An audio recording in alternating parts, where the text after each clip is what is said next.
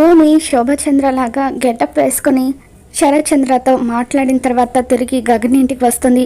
ఇక అలా గజ్జల శబ్దం రాకుండా మెల్లిగా ఇంట్లోకి వెళ్ళబోతూ ఉంటే గగన్ ల్యాప్టాప్ పట్టుకొని అదే టైంకి మెట్లు దిగుతూ కిందకి వస్తాడు. అమ్మో, ఇప్పుడు ఈ తలతిక్క కంట్లో పడితే ఇంకేమైనా ఉందా అని చెప్పి భూమి సైలెంట్గా వెళ్ళి సోఫాలో పడుకొని ముసుగు వేసుకుంటుంది.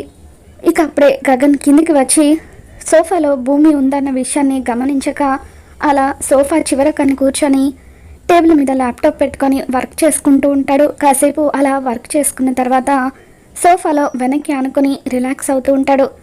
భూమి దుప్పటి తీసి చూస్తూ కంగారు పడిపోతూ ఉంటుంది. ఇక కాసేపటి తర్వాత గగన్ సోఫా మీద మొత్తంగా పడుకొని ఉంటాడు. ఇక అప్పుడు తనకి మెత్తగా ఏదో తగిలినట్టుగా అనిపిస్తూ అలా చూసేసరికి భూమి ఉంటుంది. ఇక భూమిని చూడగానే గగన్ ఒక్కసారిగా భయంతో గట్టిగా కేక వేస్తాడు. భూమి కూడా గగన్ని చూసి గట్టిగా అరుస్తుంది.